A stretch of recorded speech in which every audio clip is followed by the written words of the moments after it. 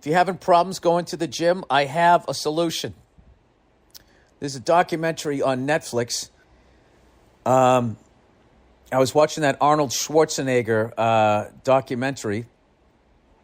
And, oh my God. Episode 2 of that thing was one of the funniest stories. He went from a bodybuilder, he wants to be an actor, and somehow he starts buying real estate because he heard it was a good investment. He was like, I became a millionaire before I even, tried to act. So then I didn't have to do the parts.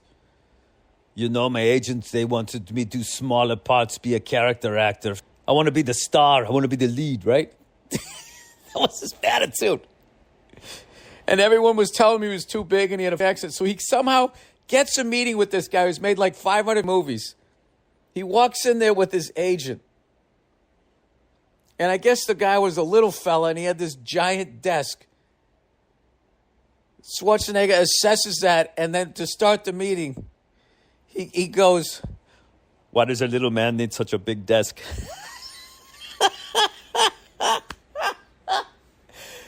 The fucking dude lost his mind. The little guy got all mad, and he starts, fuck you, I'm not going to use you.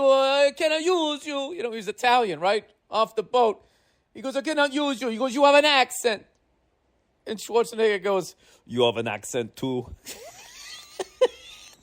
He fucking threw him out of his office. He goes, he was walking out of his office and his fucking agent was yelling at him, going, that meeting was 1:45 seconds. In the history of Hollywood, there's never been a faster meeting. I got to tell you something, man. The brains and the balls on that guy. I mean, I've not stopped thinking about that. How he went in there and just like the power that guy had. It's all dependent on the person he's talking to giving a fuck. And the fact that Schwarzenegger did not give a fuck, the floor went out from underneath this little guy and he didn't know what to do. I'm sure he tried to fucking stop him from... Long story short is the guy ended up producing Conan the Barbarian, and Schwarzenegger was up for the role and he didn't want him to get the role, and Schwarzenegger killed it. He still got it. So the little fella comes down to the set on one of the days and he watches Schwarzenegger, and Schwarzenegger is killing it. And he said he walked all the way up the hill up to me and he just looked at me and he said, you are Conan the Barbarian. And he walked away. And I was thinking, yeah, I know I am. I have the role.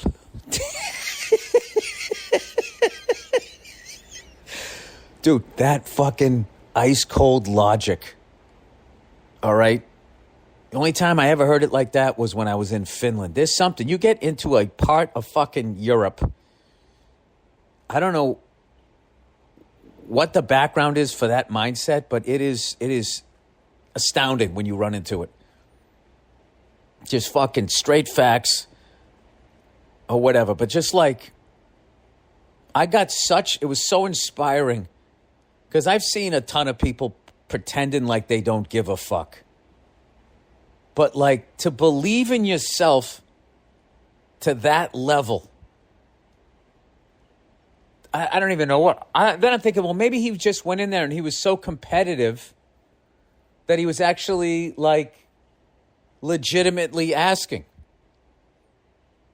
why does a little guy need such a big desk? Like he was trying to figure him out. Like, what are you doing? With your little socks and shoes over there and your little pants. Like, why do you need this big fucking desk? Did it like intrigue him? It's going to torture me for the rest of my life. Was he straight up fucking with the guy? Or did it not add up? Like a cop on the beat for fucking 25 years. It just doesn't make sense. Doesn't add up. And he stopped, Columbo, he comes back. It's just one more thing. Why is there, as a little fellow, why come you got such a big desk? And then when the guy got mad, he didn't even flinch and fucking beat him in point counterpoint. It was just, I'm telling you, You got to watch the thing. I remember everybody used to make fun of him, too, when he would drive around in the Hummers. None of us knew that he was in the army in Austria and was a tank driver. He used to drive around in a tank with a fucking cigar hanging out of his mouth. I mean, the guy is just like, I don't even know what. It's unreal. You become like, you just watch the fucking thing. After the strike. I'm not allowed to promote any projects. But I'm not in that one. But I will tell you, I watched that fucking thing, and it's like, all right, I'm not going to get on a fucking elliptical tomorrow. I throw the weights around a little bit, you know. I finally given in to my age. I just take low weight, and I just do high reps. I work all the muscle groups. I have a picture in my mind that I'm willing my body. I just have his fucking voice in my head. I have to watch that episode again.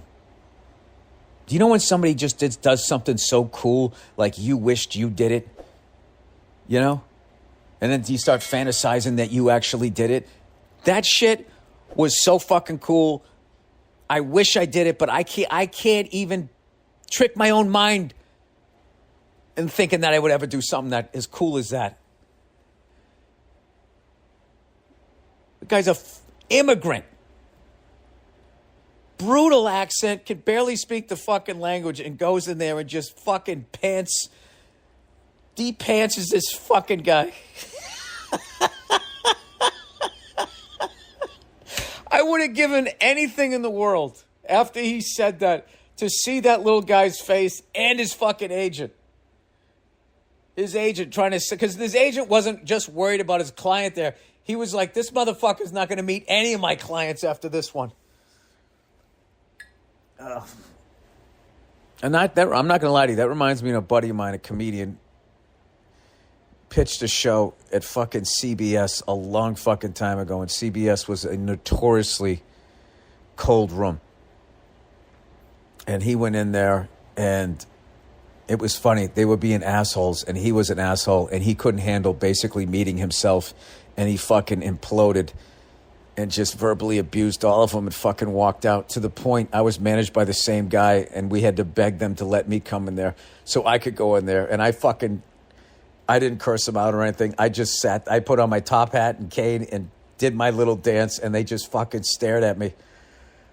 It was one of those pitch meetings. You had to like,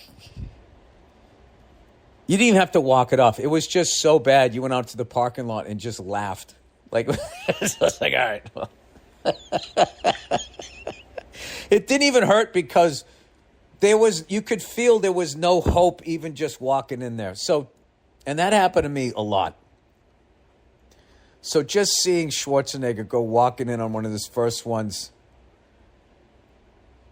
and to fucking ask that question, oh my God, it's just like poetry. Absolute poetry.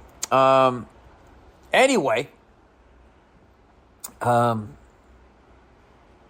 was really fucking excited about how those sets went this weekend, and I kind of have more material than I know what to do with, which is not a feeling I've had in a while. So, I mean, I even have a hand job joke that I didn't even fucking do. Oh, speaking of which, look at hang on a second. That's funny. I put you guys on hold. That was my agent calling me, who I was like cursing out to myself when I was standing outside about ready to do that fucking show in the park. Going, what am I, fucking Paul Simon? The fuck is he booking me this shit out here? Is Garfunkel going on in front of me? What the fuck are we doing?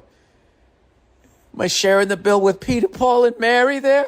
And then I went up and it was awesome. So I'm going to tell him when he calls me back, because he did the classic.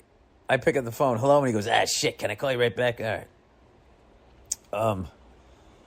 Anyway, so if you get a chance, and then I have to be up. I'm not going to lie to you, man.